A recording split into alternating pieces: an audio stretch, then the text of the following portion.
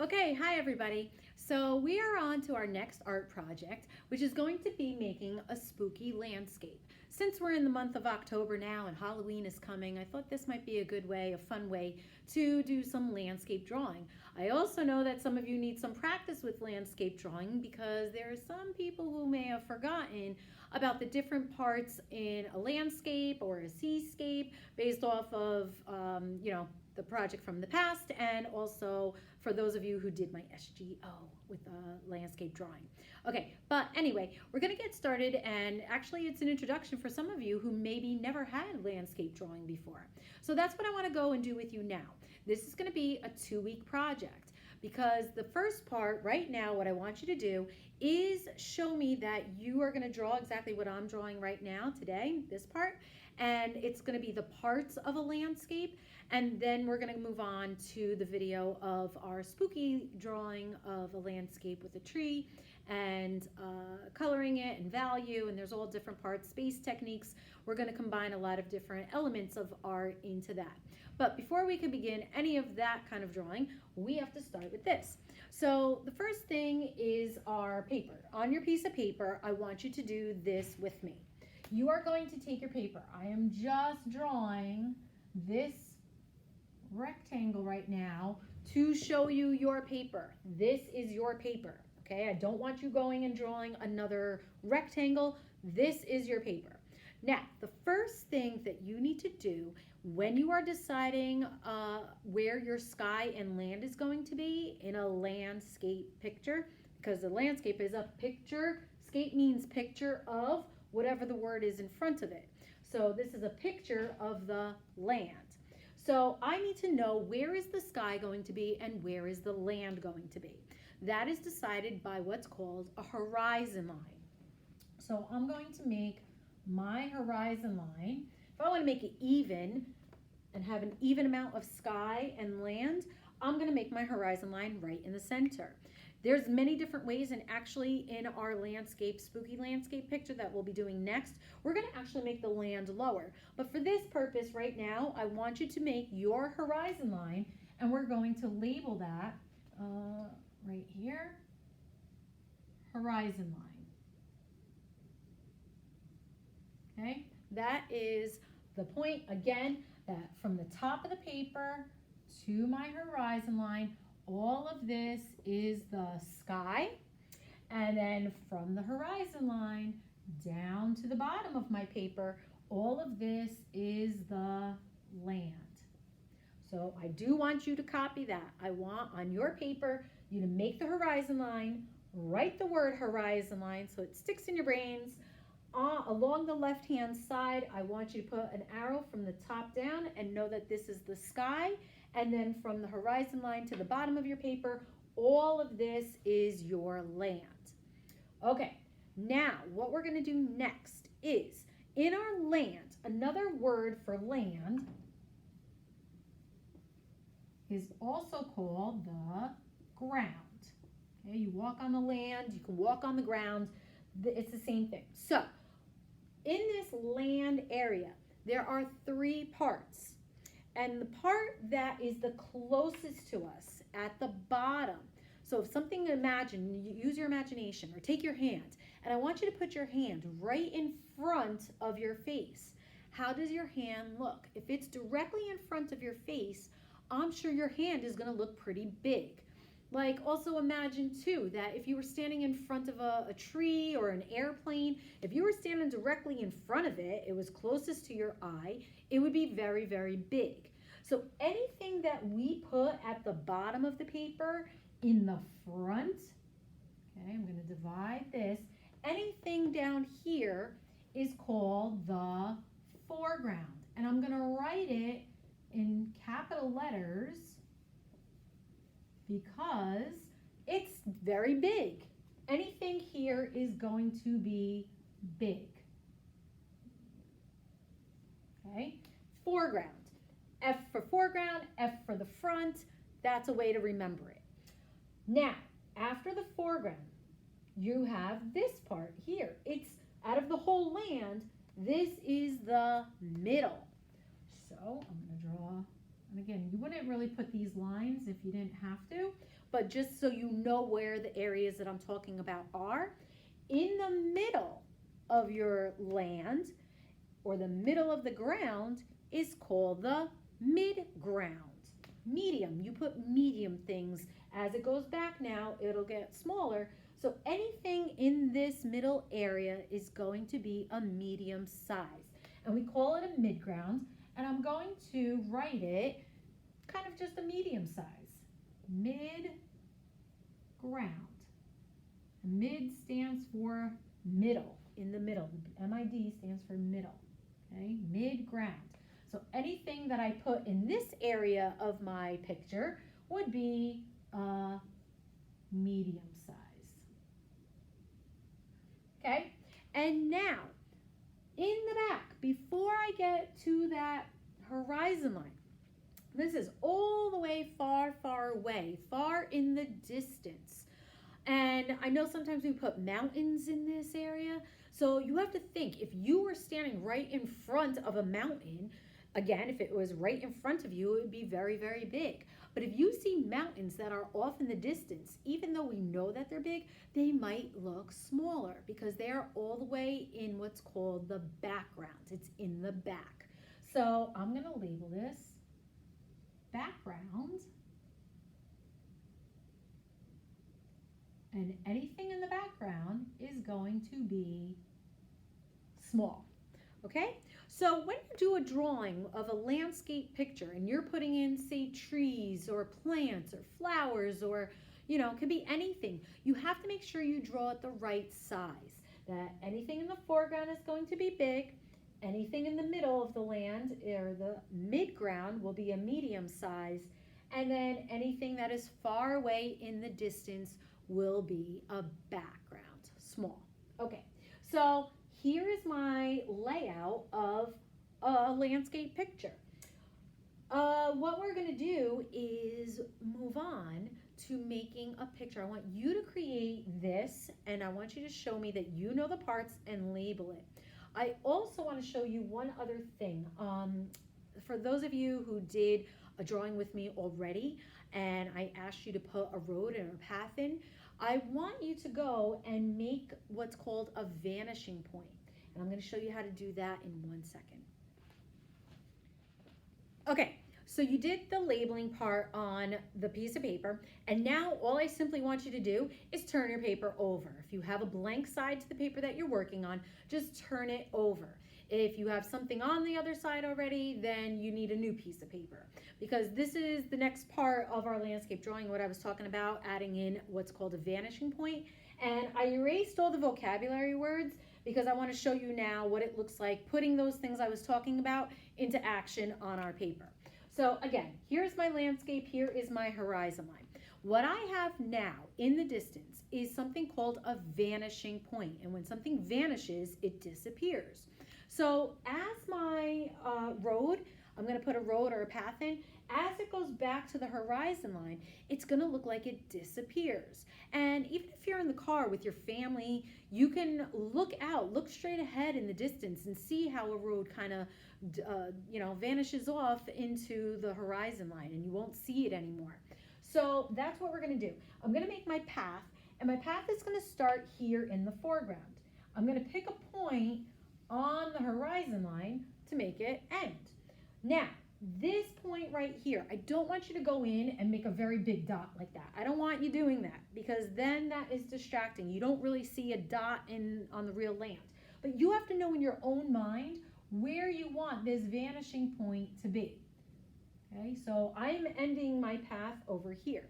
Now, because my path, following the rules that I just told you before, in the foreground, something is big. So my path would be wider in the foreground. As it goes back to the midground, it's going to come in a little bit closer. So the other side of my path is going to come closer to this side. And then as it comes back to the background, it's going to get very close together. It's going to disappear at what's called the vanishing point. So let me do the other side. So here's the one side of my path, okay, and my road. And I start over here. And again, I'm going to make it come. As it gets to the middle, my line is coming closer.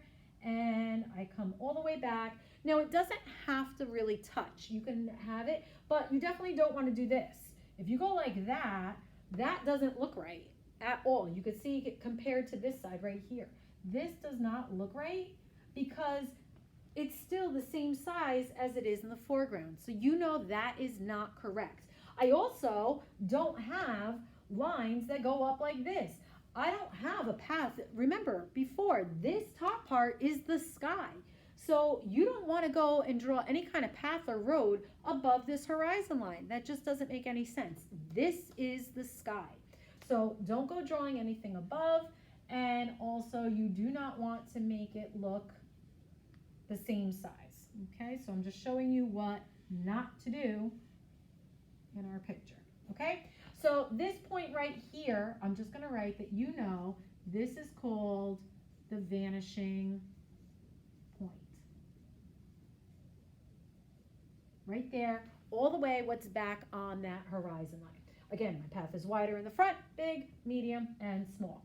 Now, going along with our landscape drawing, and let's add in some trees. So again, you could see the difference and the right size to be drawing things. I'm gonna put in my tree in the foreground. Now I have more room over here. So the bottom of the tree, the trunk of the tree starts growing at the bottom of the ground. A tree grows up though, up into the sky. When you look at branches, you're looking up at it in the sky. So when I make the trunk of my tree, I start at the bottom and I'm gonna bring it up. It crosses over the horizon line, and this will be the top of my tree. I need to make the trunk, and it's wider at the base. It could come a little bit more narrow in the center and a little bit wider at the top. I could start at the top and come down to make sure I'm doing this correctly. And to also make it look like my tree is in front of the horizon line, I need to go back and erase that horizon line. Now, boys and girls, if you have been with me for many years, we have done this. We've done this so many times starting in kindergarten. I know I'm with some new people this year, so maybe again you haven't done it, but this should be familiar to those of you who have been with me. Now, to make the branches of the tree, I tell you we use a letter. We use a letter V to make a realistic looking tree. So this is already one side of my letter V that I'm going to use. I'm going to skip a space and I go down and up. Actually, this is the V, sorry. This is the V, but now this part of the V and the outer part over here is my first branch. So that is the first branch. One is going to build off of the other. So I'm going to skip a space, I'm going to go down, and I come back up. Now you can have crooked V's, you can, you don't want to make it wavy, but you can add a little bit of a crooked line because no tree is perfectly straight. So my second V helps create my second branch. I still have a lot of space here. So I'm going to go in with one more letter V. It could be narrow, and now it looks like I have 4 branches in my foreground of my tree. Also, because it's close, it's very close, I would have a detail, some space tricks. So I maybe want to go up and down with some lines like this to add what's called texture. If you were close to that tree, you would see the lines, and that is called texture. So that's something we can add in. And when we move on to our project of creating our spooky tree, you're going to see we're going to use these, but we're going to add a little bit more. I'm going to show you in my drawing how you can still make more branches stemming off from another. So it's not just these 4 simple branches. We're going to make this a little bit more advanced. Anyway, this is my foreground tree, and I'm going to put that right over here. Once again, you don't have to write this, but I am putting it to refresh your memory that this is the foreground down in front. I do want you to make on your paper, horizon line, your path, and this tree with some texture. Now, I'm going to put in my midground tree. My midground is over here in the middle, and I'm going to make that tree again. Because I don't want to go too close to this one, I'm going to put it over here. So my tree starts growing in the midground at the bottom, and I'm just going to erase the word vanishing point because I don't want it to distract as I'm drawing this. So my tree in the midground is going to be a medium tree.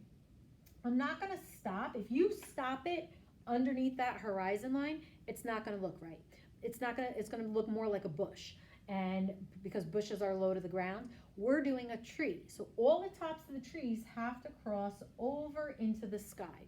I just wouldn't make it as big as the foreground tree because remember, this is a medium size. So I come down, I erase that horizon line so it looks like it's overlapping, space trick, overlapping. And now I have this medium-sized tree. I'm gonna go in and add my V's. Maybe I only do 2 V's because now my tree is a little bit smaller. So I don't have room for 4 of them, or 3 of them creating 4 branches. I only have room for 2, which creates 1, 2, 3 branches. You could put a little bit of texture in this tree as well if you'd like, but it definitely wouldn't have as much as my tree over here because remember, it's starting to go further back, so I don't have as much. But I still see a little bit of texture in my mid-ground tree. Finally, I'm gonna make my background tree. Now, the background tree is gonna go all the way in the back, and it's small. So if I wanted to put actually 2 trees, I could do that, but I'm gonna just focus on 1, and I'm gonna make sure that my tree starts under the horizon line, and it still crosses up, and it crosses over the horizon line into the sky, and I have that, like so. Erase the horizon line, and now I have tiny trees, and over in the background, it's far away. I do not see any type of texture because it is all the way in the distance, and one of my space techniques is called detail. I see details in the front, but I don't see it in the back. So there you go. There's my foreground tree. Here is my midground tree. And here is my background tree. Now, you don't have to label this. I'm just putting for your reference so you understand. It sinks into your brain. You understand the parts of a land. And finally, the last thing I want to do, being I talked about those mountains before, and it makes my picture look a little bit more detailed, I am going to put those mountains and the correct size. So even though mountains are very big, they're off in the distance in the background. So we're going to make it look smaller.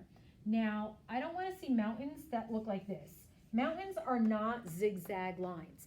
That might have been okay back when we were in kindergarten, but I do not want to see straight zigzags going up and down. The mountains actually go more on an angle, and they kind of have a crooked line to it as well. So along the horizon line, you can make it come up and you can make it go down on an angle. You could actually take some and overlap it, make it look like it's going in front.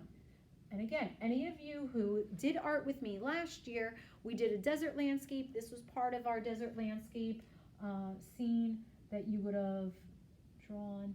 And there you go. I was hoping you remember that. And we have our mountains in the background that make our picture look a little bit more detailed and nicer. Okay, so if I wanted to add grass, you could add some grass. I would only add maybe grass in the foreground because it would be close to me. There's some texture, there's a detail that you can add in. And I'm just gonna stop there for now because that is the main things I wanted to discuss with you about landscape drawing. I want you to take a picture so I can give you credit for this type of drawing, again with the vocabulary words on one side, this drawing on the back. Turn this into me next week, and along the way, the next part of the video will be the spooky landscape. You could start working on that ahead of time, or like I said, it's a 2-week project and you can go into the spooky landscape the following week. It's up to you. I want you to go at your own pace, but it will be due in 2 weeks. And pay attention to that due date. I am asking that it's not turned in late because it's a lot to go back and check off if you did it, and I won't know if you turned something in late. I would hate to give anybody a 0. So please get working, and again, don't wait to do everything the night before it's due. Okay, boys and girls, thank you so much. I am looking forward to seeing your vocabulary, your landscape drawing, and we'll move on to our spooky scene next.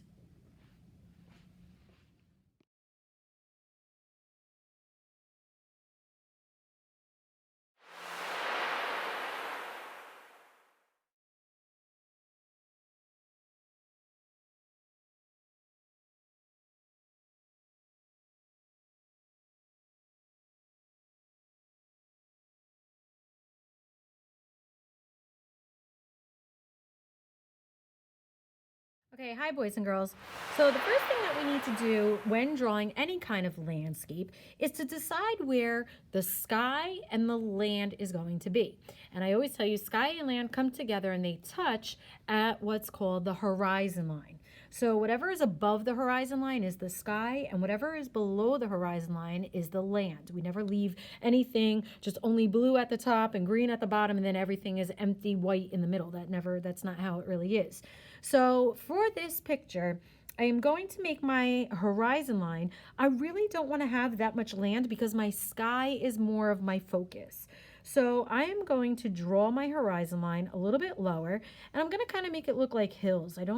It's a crooked kind of line. I don't have to make it, too wavy, but it doesn't have to be perfectly straight, like done with a ruler. Now that I have established this is my sky and this is my land, because my horizon line told me that, I now want to put in my spooky tree in the foreground. Remember, the foreground is whatever is in the front. So if something is in the front, that means it's very close to you. If it's close, it's going to be big. So our tree that's going to be on our paper starts at the bottom here in the foreground, and it's going to go up over the horizon line and then into the sky. So as I'm drawing the trunk of my tree, I am going again to make this look more realistic, and I'm going to have branches coming off of it. So I have my main part, and back when we were in kindergarten, we always used the letter V. I tell you to come down and up like with a long letter V. See how that is? And I'm going to go in and add some variations now now that you're advanced and bigger, I can have V's different sizes coming in, and it looks like different branches. So this main branch has two little branches that stem off of that. I can have branches come up and kind of overlap by going behind. Okay, I could come like that. And what you're going to do is be creative of how you want to do this tree. As long as the branches look you can make them look not totally wavy. I like to say more of like a crooked kind of line. And it could come in that way. And the tree can be wider at the top. I don't like how this is. I want to add more branches going off to the side here. But I am going to make the trunk of my tree look like it's coming out. It's kind of leaning a little bit. So the full bottom part is being, wider at the bottom and then narrow at the top, but it kind of looks like it's coming in crooked. Any other kind of lines that you have here, like my horizon line is going through the trunk of the tree, I don't want that. So I have to go back and erase that. As I erase that now, I'm going to take that out. And if you see, like I pressed a little hard on my pencil, that's okay, because again, I'm going to color this in, and it's actually going to be what's called a silhouette. Now this, I like how I have my branches here. I can have it extend, again adding in little V's can make it very detailed.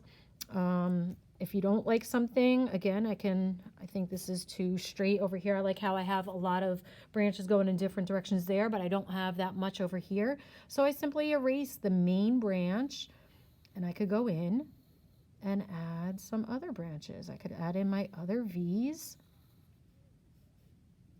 Come down like so and extend it up. Okay, and you could go in and make some changes like that. Okay, so now you can see I finished up my tree. I went back and I fixed up some branches. And again, you don't want to put too many. You don't want it to make too overcrowded or confusing, so you don't have to get carried away with it. I did extend this branch out because I'm actually going to put a little animal, a silhouette of an animal sitting on the branch. But before I go and do that and make any of those other details, I should really go and put my sky in. Now what I'm going to do is I'm going to make like value for my moon. Now it's going to be a full moon, and for those of you who have been with me over the years and you remember what value is, and even those of you who took my test, you remember value is going from light to dark.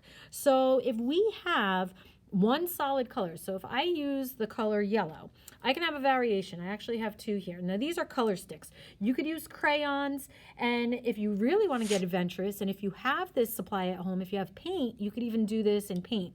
I suggest though you do the sky. If you're doing paint, you would need to do the value of the moon first and let it dry, then go and draw your tree after, because you won't be able to paint in between the branches. But for the most part, we are gonna, I think most people will have crayons at home, or like I said, colored pencils. And actually this is a color stick. It's the inside of a colored pencil. And what you're gonna do is pick your point opposite. We want it to be visually pleasing. So because this is nice and big, I need something on this side to balance it out. So my moon, I'm going to go in very lightly, and I'm going to make that circle. I want that to be my center, and that's going to be my lightest value. So I'm not going to press too hard right now with that crayon, colored pencil, or whatever you're using. Okay, or if you're doing the paint, you would have your lightest spot, that would be the white of your moon first. And then what you can do is start to go around in this circular direction, okay, to make it look like the moon's rays are radiating out from it. So as I go around, it's like layer after layer after layer. But as these layers start happening, I'm going to start pressing harder on it. So that's where it's going to look like different layers of value. I'm going to go from light, and it's going to get dark as it goes back to my horizon line. So again, going in a circular direction, because that is the shape of the moon, and that is what we want to pick up on. So I'm going to go in these curved directions for now. And now when you get to the tree, I mean, it's okay if you go over it a little bit, because it's going to be what I said before, a silhouette, which is going to look very dark black, and we'll be covering this up anyway. Okay, so I'm going to go and start doing this a little bit darker now over here. And actually, if you have another orange or yellow color, okay, you could start adding that in as well to help just give it a little bit of a different look of getting darker and darker and darker. So here's my curve going in this direction. And what I'm going to be doing is blending this all after. So see, trying to get in between the little branches. If you have too many branches here, you want to make sure you get in between, because that is the sky going behind it. And I could blend with my, other color stick here. So I am going to continue doing this, and you will see my finished product in a second. See here, if this is happening to your paper too, if you're doing what I'm doing, holding it at the point like pinchy fingers, and then using the side of it, you're going to see that it might pick up the texture of your table or whatever surface you're working on. What I went and just did is I grabbed a stack of papers just to put underneath, so it kind of cushions the paper a little bit, and it doesn't have this kind of bumpy look to it.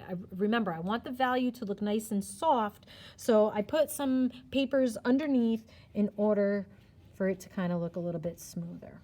Okay, so I'm going to show you now. I'm going to speed this video up as I go and make it light going to dark for the rest of my sky.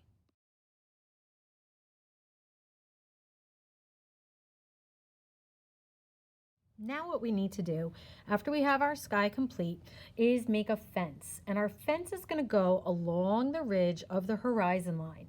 So it's going to be in the background now, because again, remember, this is the foreground, what's in the front, this is the middle, the midground, and now along the back is the background. Even though this is the background, it's still kind of close to us. So the fence isn't going to look very, very small. I want to actually make it a nice medium size, because my land is kind of close to me. So when I go and do this now, when you try to draw on top of crayon, it might be a little hard. If you, decide to do this with marker, you are going to hopefully be able to cover it up with the marker, but sometimes it won't cover it up all the way. So if you have black paint, when we do the silhouette, you could paint in black, or again, you're gonna have to press really hard with a dark crayon, black crayon over it to make it look like the silhouette. So the first thing I'm gonna do is establish where I want my center posts. So I'm going to make just simple rectangles for my center post. Now it has to come down onto below the horizon line because it has to be in the ground. So I'm just going to put a few along my horizon line, and it follows the lines of the horizon line here. So some might go up, some might go down. You want to evenly space them. Okay. And again, I'm not going to go and color this in yet because I'm going to do that with the black. And I just want to make sure that I am spacing them out as I go along in order to create this fence.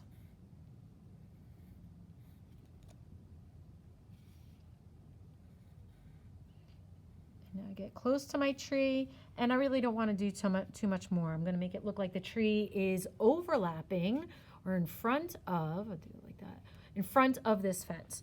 So there are my center posts. Now I need to connect them by doing horizontal lines. So this is going to be the first part, the top part of my fence, which is going to line up with the one that you have. Okay, here, so the one before it, you line it up and you make sure you go across the top horizontally. And if you want to angle it down a little bit, you could angle it down, go back up, depending on your horizon line and the way you did that. If you want to make it look like a spooky crooked fence, and I would just continue it that way. So there is the top part of it. And now this is what's called a split rail fence. So I need a bottom part, and it could go right along the horizon line as well. If you want to go on top. Don't get confused though when you're coloring this in.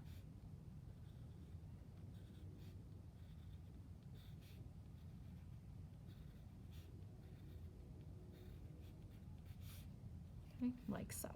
Now what I'm going to do is take that black crayon, black marker, paint if you'd like to, and color in my tree and the fence to make that silhouette. What I have here is a thin twistable. It's a colored pencil crayon. You can do that, being it's nice and thin, and I would color this in for my fence. But it might take me a long time to do the whole trunk of the tree, so I might use something thicker for my tree, but it would also be good for the tree branches. Again, you see what you have at home, what you're comfortable using, and you could see that this covers up my color stick, what I used for my sky in the background. Okay, so I'm going to speed this up so you could see how I color this in.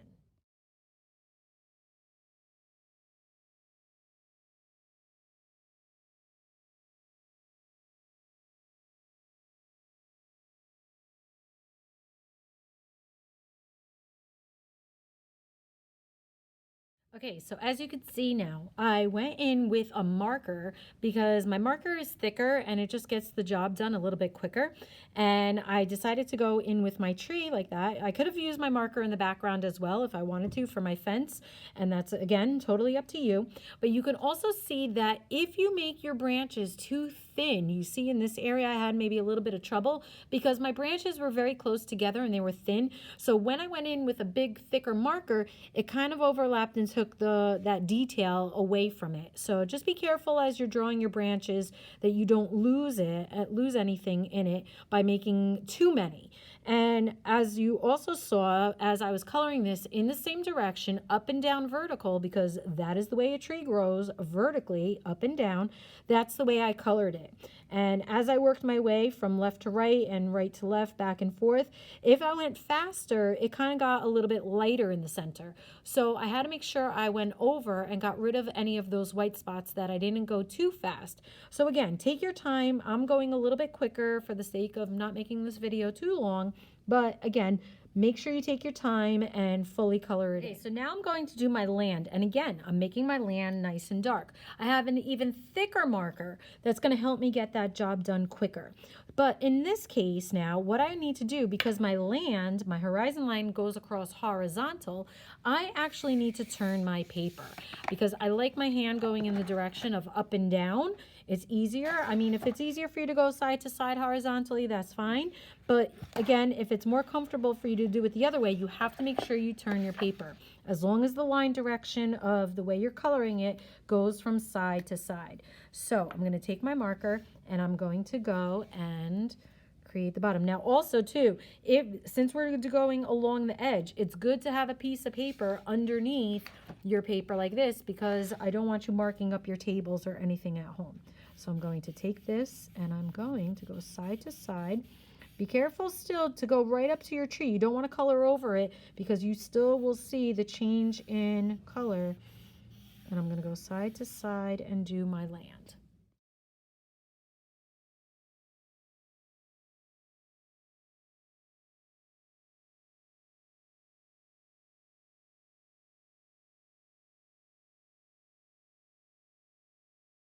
You could see too that I went and I switched up my marker again.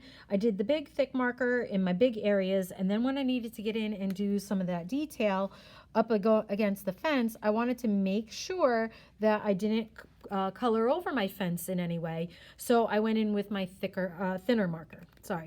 I also see that in my fence here that I have a little bit of a white spot. So if that happens and you need to go back and fill in between any areas that you might have forgotten, whether it's in between the branches of the tree or the fence, you can always go back and fill that in. If something doesn't look right to you, again, you can go and make those adjustments like so.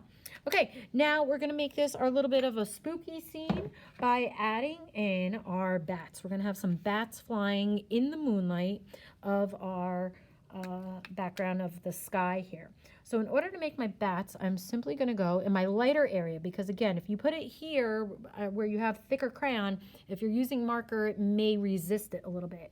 It's up to you though. You decide where you want to put your bats. I'm going to put mine flying over here. So I'm going to have a little center, and then my bat wing is going to come up on a diagonal and down. Up on a diagonal and down, and then I'm going to use some curved lines. And again, it's just a silhouette, so I'm going to do this with the tip of my marker. You want to make sure you get that detail in there like so. And you could put, anywhere up to maybe 3 bats. You can have them flying in a little group. If it looks like the bats are further away, then you would make them smaller. So again, I make my little oval body, and it's a little bit harder to do with the marker, again, if you're making it small, so don't be afraid. You could go and switch it up. I'm going to switch up by adding in and just pressing really hard with my diagonal up and diagonal down, and then I have my points. If you have a thin Sharpie marker, then that's fine too. You could always go over it. Okay, see the difference? Okay, so you want to make sure whatever you have that pointy edge, press hard, and you have that like so. The tip of the wing. Okay, and I'm going to add another one in the distance as well, because I like that. The one in the front is a little bit darker because that shows that it is closer to me, and then as they go off in the distance, they would be lighter and smaller. So again, part of space techniques. Space techniques is one of the tricks of making things look close and far away. As it's far away, you don't see the detail. So you might not see those curves in the wings as you would, the same way as the one in the front is. Okay, so there you have some space technique. Okay. And the last thing that we're going to do is add our little animal sitting on our branch. Maybe he's looking out at the bats. We're going to make it like a cat. You can make it like a cat or even an owl, I guess. You can actually do anything that you want with the way you want to. And again, it's going to be like it's his back. So I have a curved line here, and I have his other side of the body with another curved line. And then I'm going to do his head with a curved line, and then I have just little triangles and connected at the top for his head. We're going to go, again, it's a silhouette, so we are going to color this in. Now, because this is over the crayon that I used for the sky, I have to make sure I go and fill it in nice dark. I don't want that yellow coming through the back of his head. So I'm going to go in with my colored pencil. I'm going to press harder, and if it's not achieving the look that you want, you could always go back over it with marker and see how that works. So it's better to start off with colored pencil or crayon first, and then I'm going to make his tail, and then you can change it up. Actually, maybe I'll make his tail kind of like curve around. Something like that. Okay, just to give it a kind of a different kind of feel to it. Now, I feel this is a little bit, you can go back in any place that you feel you need a little extra something. I added in a little bit of thinner branches here, like tiny branches coming off on that side. Maybe I want to add, without overdoing it, a little bit here. And again, just to kind of give it another look, maybe I want a little bit more over here. Take away from that. It's up to you. You play around with it, but again, do not overdo it. And that's it, guys. This is our picture, complete with values, space techniques, landscape drawing, lots of vocabulary in there, and it's our overall Halloween-y kind of looking spooky picture. I hope you enjoyed it, and I can't wait to see what you guys all create. All right, looking forward to it all. Bye.